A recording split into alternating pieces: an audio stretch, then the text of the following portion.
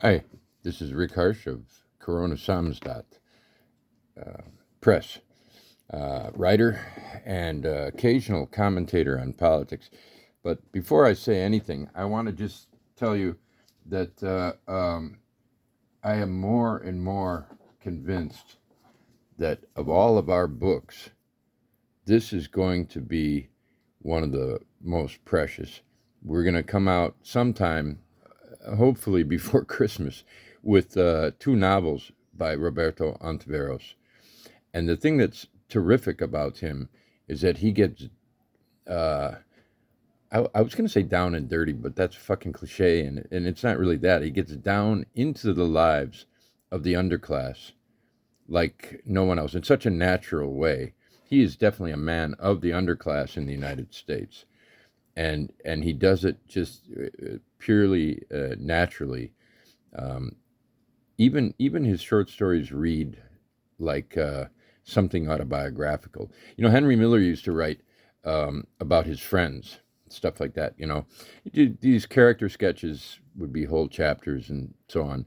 And he was just such a wildly generous, loving, mad guy.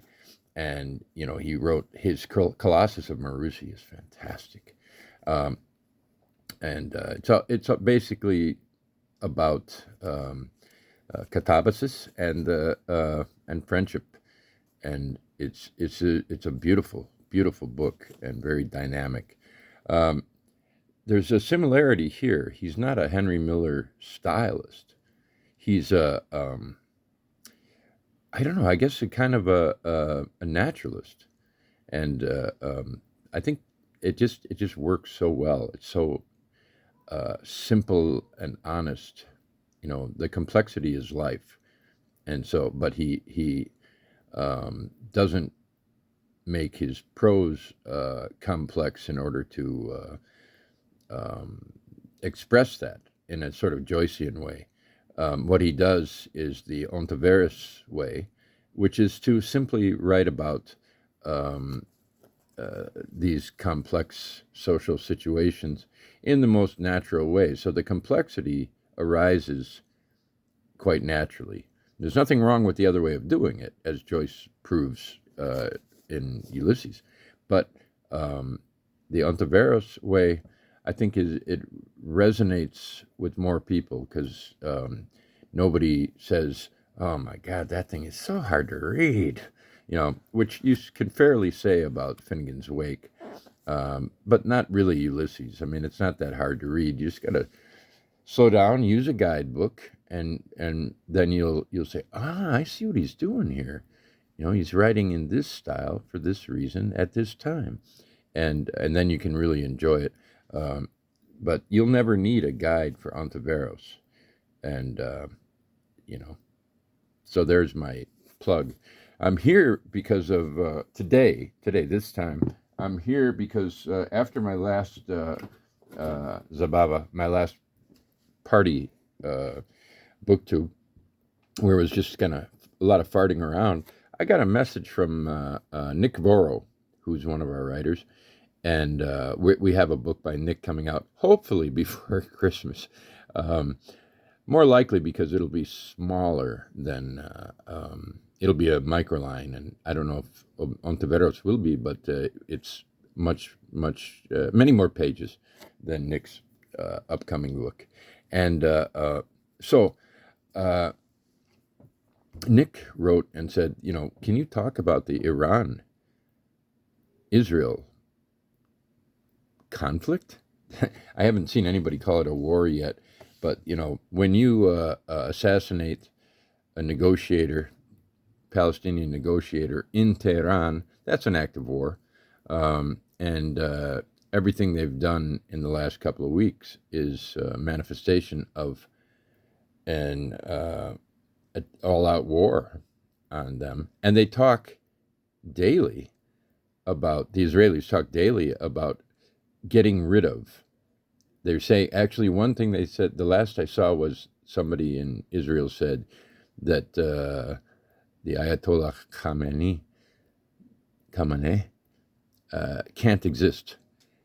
That's calling for the assassination of a sovereign nation's leader, which might put the CIA out of business.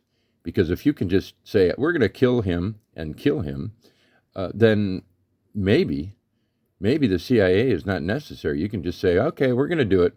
And Israel does do it. And they kill scientists in Iran, nuclear scientists. They kill scientists. And in their first attack, they killed scientists, like 9 of them.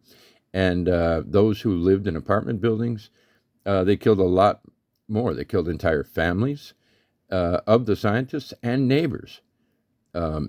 These are, acts of war. So there is a war going on.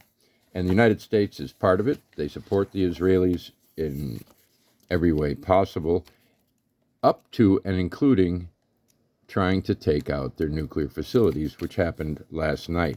I don't know if Nick still wants me to talk about it, but I'm going to do it because Nick's a very nice guy, and he's one of us. So I wrote down a bunch of things, and this will be a little bit disorganized because, what I would normally do for something this complicated and with so many points to make, so many lies to correct, I would have to take some time to organize it. But I just wrote down a bunch of things I want to make sure I get in here. And the first thing is democracy.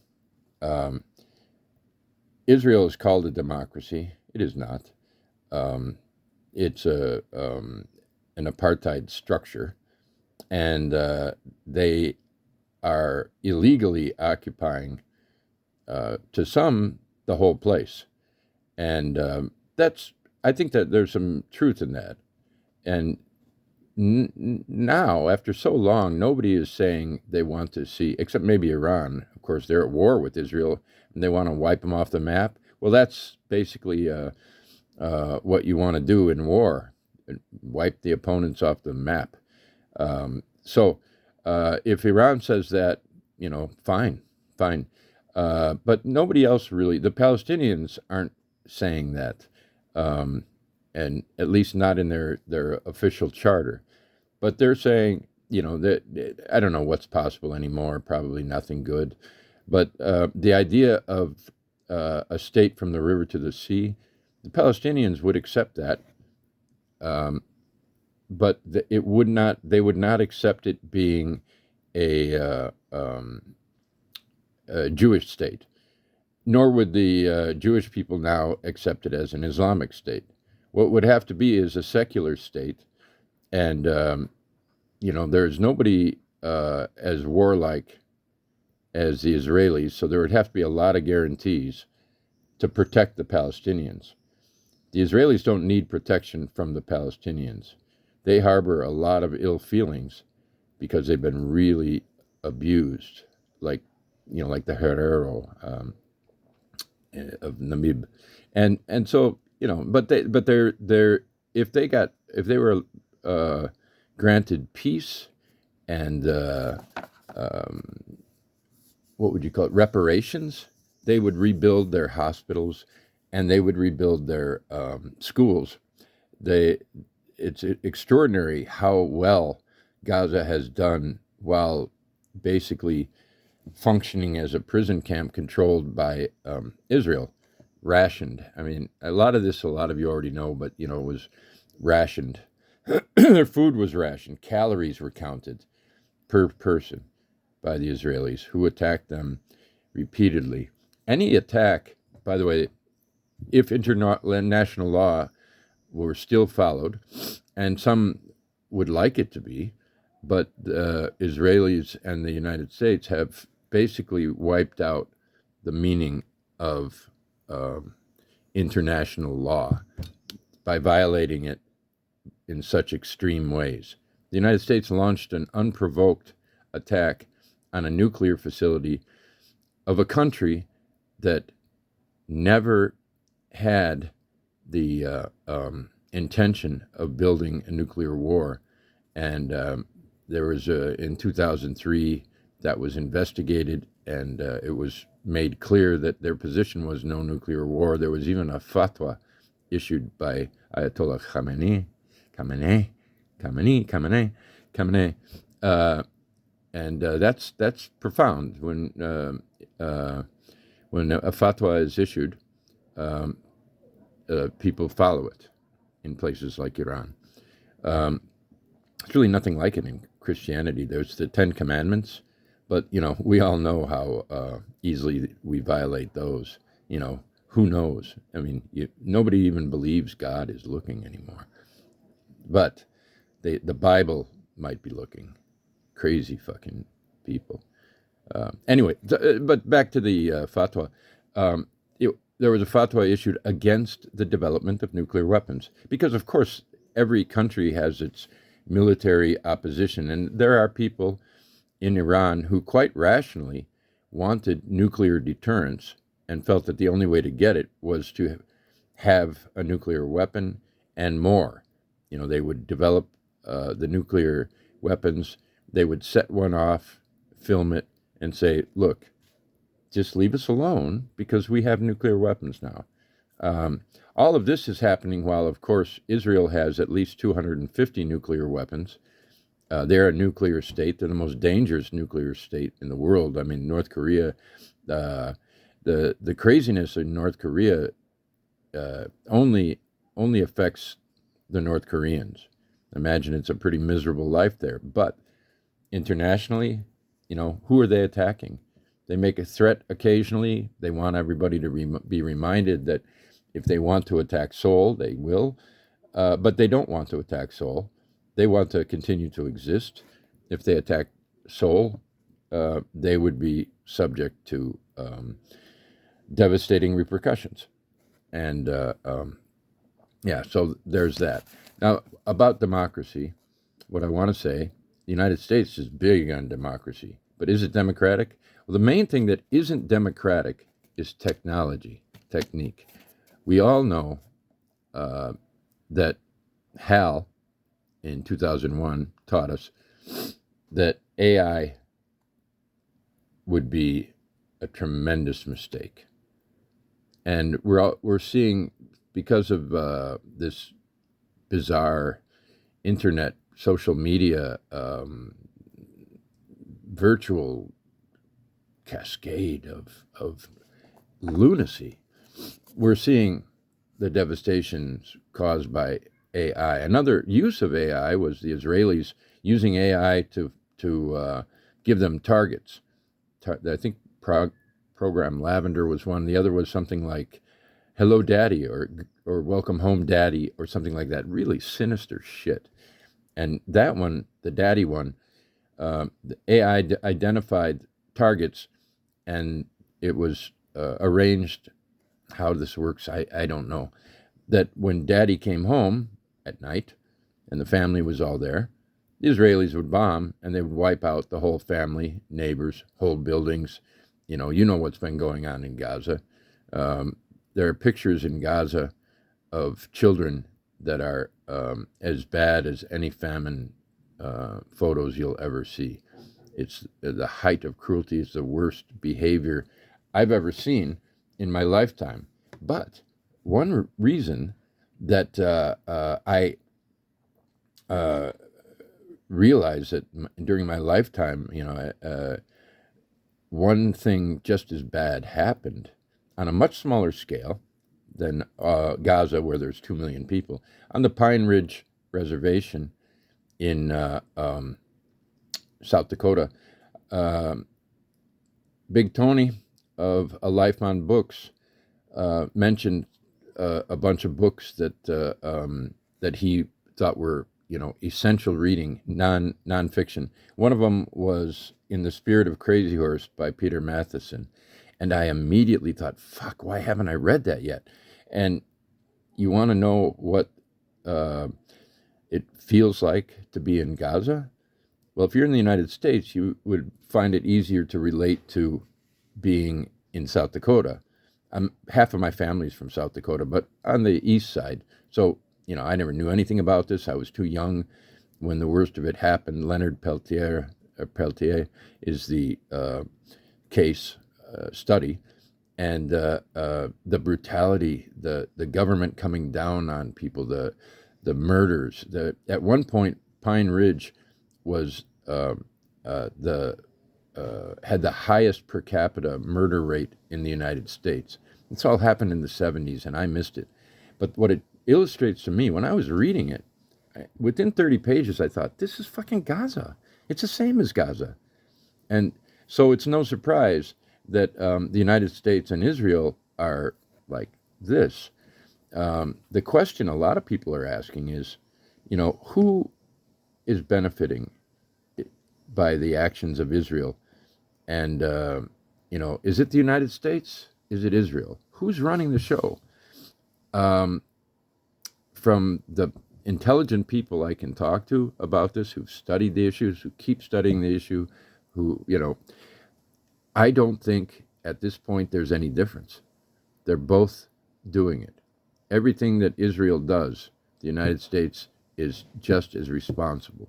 Everything the United States does outside the whatever fascist nonsense is going on inside, attacking protesters, pro-Palestinian protesters, and violating, some of the most important laws that should protect individuals. That you can't say Israel's responsible for that.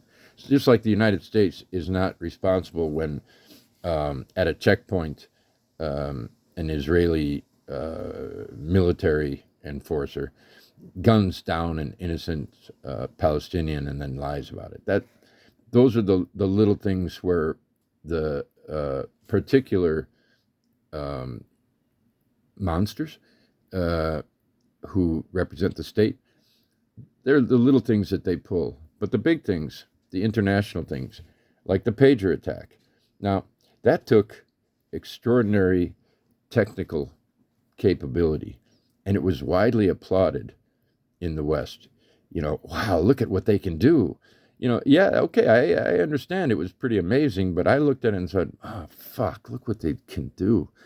Because Hezbollah is often lied about just like Hamas. Both of them are far more than military organizations. They have to be military because they're neighbors of Israel, and Israel violates both Gaza and the Palestinians and the Lebanese, and have been for a long time. And hence, after major slaughters in Lebanon, Hezbollah arose as a defense, a deterrent, and a very effective one until recently against Israeli aggression. But the thing is, they also have social centers, education centers, health centers, and nothing attracts Israeli rabid dog brain like a fucking medical center. They love to bomb medical centers, which leads to one of the most hypocritical things recently. Apparently, and even this is under suspicion, a hospital was hit, or according to some, a military base right next to the hospital was hit, blowing out the hospital windows. I don't care what's true. I don't care if Iran attacked the hospital in Israel, because Israel has attacked, I don't have all the figures in front of me, but so I'll just stick to hospitals. They've virtually wiped out 38 hospitals. The hospitals keep trying to be rebuild and whatever. They've killed a number of doctors. They've committed assassinations of journalists. They've assassinated medical personnel. They've wiped out medical convoys. And no country in probably, I don't know, ever has committed as many atrocities on health personnel as Israel has. Now, what else has been going on in that regard? Well, they're lying. And one thing that about Hamas and you can research this, and it's true. When they have when they go have they organize an ambush against Israelis. Fair war is war. An ambush is being perpetrated, and Israelis are killed and injured. A medevac is sent, and the Hamas fighters never attack the medevac. I have been told that there's something in the Quran that says, basically you don't do that shit. So they're honest, and they go after soldiers. Another thing that happened was October 7th. The Hamas Sinwar, Yahya Sinwar, who was a great man, did far more with his life and for his people than any executive I know of in the United States, far more than Netanyahu ever did in his fucking life. Sinwar was in prison for a long time, and whether he was guilty or not, we'll never know. But while in prison, he learned Hebrew. He wrote a novel, and I'd love to publish it. I have to figure out how that would be possible. I've tried looking into it, and I've hit dead ends, so I don't know. But Sinwar also fought with his people, and he masterminded, I'm sure with others, small group, figured out they have to do something different. And so what they did was they concocted this brilliant plan to break out and capture Israeli soldiers. Someday a really good book about that is going to come out, and what you'll find is that it was so successful that Hamas lost control of it. It was joined by people who didn't know what was going on, PIJ, for instance, and basically criminals, non-criminals, just people who'd been spent their lives in this prison camp that was Gaza, and they came out and they committed some atrocities. They took people that Sinwar never wanted them to take. They took grandmothers, they took children, babies, babies killed in the Operation 1. Now, the official Hamas position on October 7th is we had every right to do what we did, but there were crimes committed, and we welcome a UN-led, an international investigation, and will cooperate with it. Israel won't, of course, and they've committed far more crimes. So there's that. I'm not even looking at my notes. Why did I even take notes? So a little bit more about Sinwar. All you hear are Hamas is a terrorist organization. Well, they're in an illegally occupied land, and they're obligated as human beings to try to protect their people, to fight against their people, and to try to gain freedom. And so what they did was, on October 7th, they kidnapped all these people, and the people were basically in one space. And 2 days into the war, like on the 9th or the 10th, Sinwar, is assessing the situation, and he addressed the hostages, and he told them, we only want soldiers, and he told the civilians, we will get you out of here as soon as possible, in days, because he was under the impression that all he'd have to do is tell the Israelis, look, we'll give you everyone but the soldiers back. We'll give you the civilians. This is, documented, but not by Western media, or, but it's not conspiracy talk either.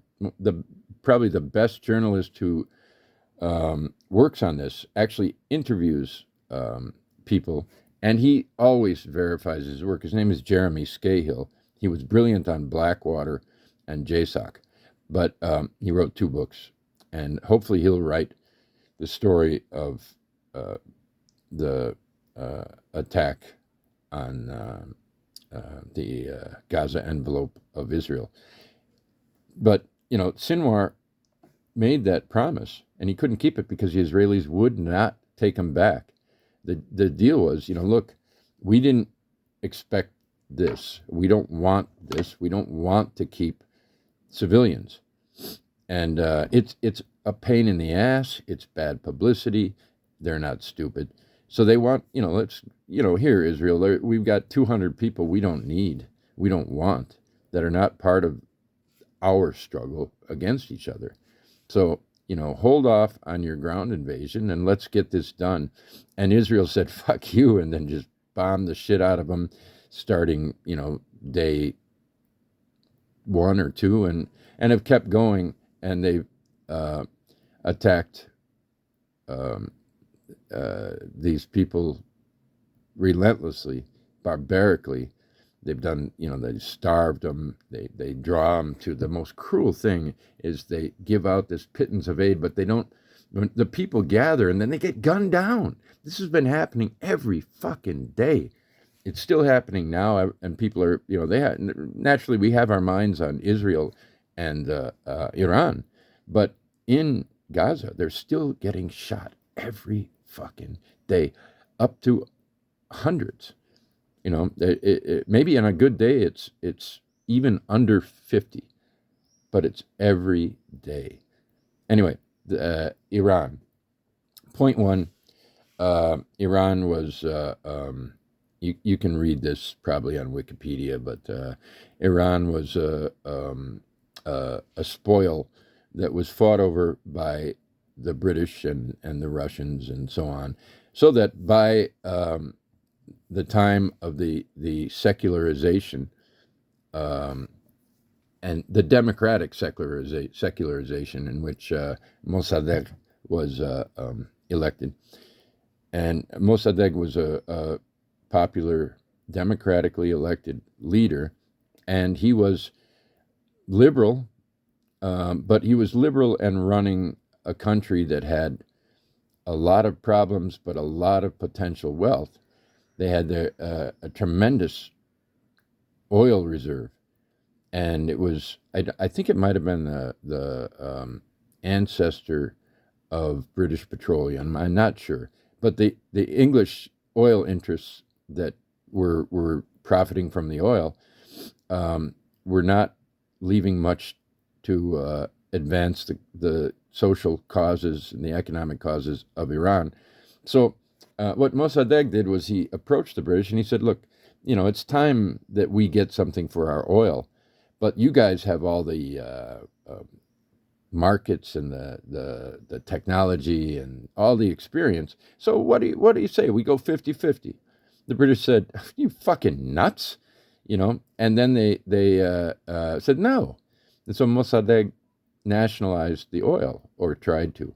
What happened was the British worked with the U.S. CIA to overthrow Mossadegh. Mossadegh was overthrown. The Shah, who was at first very afraid to come in, his wife, I think, sort of, made him feel like a weakling and talked him into it. Well, a guy who's afraid is going to hire very talented killers to protect him, and he created this security service called Savak. There's a museum in Tehran dedicated to remembering what Savak did, and it showed they demonstrate torture techniques and some of the most notorious torturers and so on. Savak was a frightening group, and so what they got for dealing with the West fairly was they lost a leader, and they were given Savak and an autocrat in the Shah.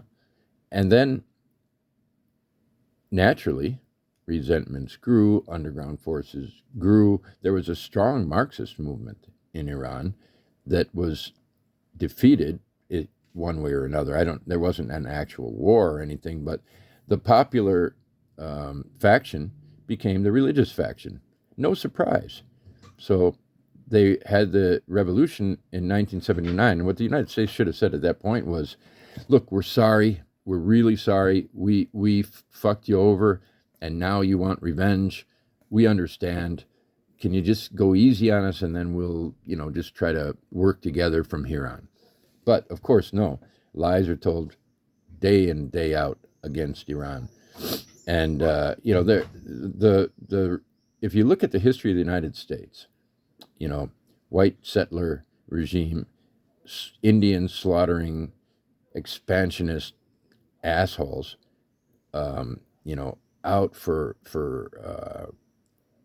wealth any way they can get it, versus Iran, and I can't tell you in a few sentences what Iran is like. They're 5,000 years old, extraordinary arts, poetry, architecture. Um, you know, they're way ahead of the United States in their development. And of course, both are way ahead of Israel because they started as a European movement that was going to move into land. And they had this slogan, a land without people for a people without land. Well, both were lies. Of course, many people, many Jews in Europe had no land, and they suffered a bizarre Holocaust. Jews have been around the world living genuinely peacefully and getting screwed. And, people who hated Jews helped them just to get them the fuck out.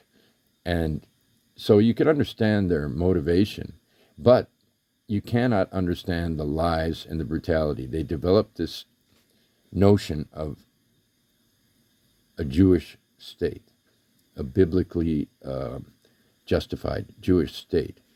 The people, the land without people was Palestine, and it had people, very intelligent people, of a wonderful educational culture combined with a Bedouin culture, and a very fascinating place that was very peaceful and had been under the Ottomans, was liberated now, and they actually did quite well, even up to the Israeli genocidal assault, because they when you think about it, look how small Gaza is, and the Israelis have leveled 38 hospitals. That's 38 hospitals in a very small area. In this area here, if we're on the coast of Slovenia, if we decide to mark out a Gaza-sized swath here, we got one hospital, one, and they had clinics, and they got a lot of international aid because they were they were very poor. They were not allowed the freedom to establish an economic system. The Israelis controlled them illegally every fucking year. Almost every country in the world at the UN voted against against their occupation, against the settlements, which are, horrific example of apartheid turning into ethnic cleansing. Even the Boers never tried to get rid of all the, as far as I know, maybe I'm wrong, but even the Boers never tried to get rid of all the black Africans. Apartheid was just fine. They were satisfied with their apartheid. Israel, no, the Zionist program has always been, and you can get this from David Ben Gurion and his diaries and conversations.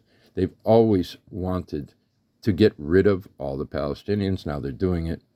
So back to Iran. The big question is the nuclear question. It's a lie. Probably everyone knows by now that Tulsi Gabbard's assessment comported with the International Atomic Energy assholes assessment that there was no imminent nuclear threat, that they wanted to have, as is legal a nuclear program. They were being destroyed by sanctions. And I believe the reason they enriched so much uranium, it had no great nuclear advantage. But, I mean, that's a complex issue that I know very little about, except that maybe plutonium would work better for the smaller weapons that they would want to use and maybe arm the Houthis with. But, that leads me to one point I missed. Anyway, the point is, it's all a lie. They were not going to do this. But for 40 years, some say 30, but for 40 years, it goes back to 1984 at least, Israelis have been saying that Iran's getting nukes, we've got to do something. But they couldn't do it alone, and they finally got the absolute most vacuous leader ever of the United States. And I'm including late Reagan, where it was Nancy, maybe Ron a little bit, when he was, really suffering from dementia. He was still far ahead of Trump, whose vapidity is part nature and part nurture. He doesn't read. He doesn't think. It's an embarrassment around the world. People are frightened of the effects of the United States, what the United States can do, because they're like a giant infant, just with toys all around that are destructive. And, imagine like a baby in a room with hand grenades. That's the United States right now. That's Trump. Hey, what about this one? If nobody tells him to throw it, that would be best. And if somebody says throw it at Netanyahu, that would be best. And it's fair for me to say that because they're openly calling for the death of the Ayatollah Khamenei. I call for the death of Trump, but that there are too many people like him. But Netanyahu, for sure, he's got to go. He cannot exist. But what I said before, that something came up. The whole idea of the word proxy versus the word ally is propagandistic. We all know about World War I, entangling alliances. Well, are the Ansar Allah, also called the Houthis, are allied with the Palestinians. So is there a proxy involved? Are these proxies of Iran? No, they're allies of Iran. Is Israel a proxy of the United States? No, they're allies. They're allies. And Hezbollah, they're allied with Iran. They have different interests, and that are very different from the Israeli and U.S. interests. So they're not. This proxy bullshit. It doesn't work. It doesn't make sense. They're allies. Either all proxies or all allies. Let's stick with allies because that's, as we've come to understand that term, that's what these people are to each other. Iran has allies. Of course it does. Of course it does. But what harm have the allies of Iran done to Israel? And what harm has Israel done to everyone else? The pager attack, it killed people who were part of an organization that had a military wing, an educational wing, and a health wing. So a lot of the people who were killed were technically members of Hezbollah, but they were not military members. They were civilians. So I don't know, Nick, I hope that this covers it. Any other questions, go on. Nobody ever watches these political YouTube, so I hope you comment. And anybody who wants to hit like and subscribe, why? I mean, I'm not going to go viral. I'm not going to make money,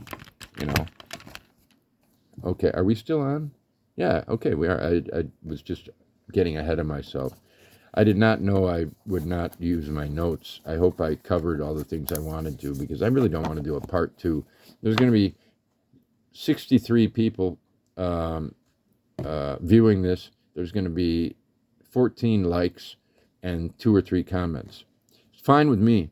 But I'm very unhappy today because people who, okay, one last thing about putting Americans in harm's way. Well, maybe. You maybe put, if you include all of the Americas, if this goes nuclear lunacy, then you're putting all of Americans in harm's way, and they don't deserve it. They don't deserve it. The Colombians don't deserve this. Peruvians don't deserve this. Uruguayans don't deserve this. But what they're talking about are United States soldiers. And even the people who are extremely intelligent and opposed to this can't help but saying, look at how there are so many U.S. soldiers in Iraq. Well, stop a second and think. Who's been in harm's way? Civilians in Tehran, for no good reason, have been slaughtered. Over 700 by now have died. And in Gaza, separate and yet not separate, but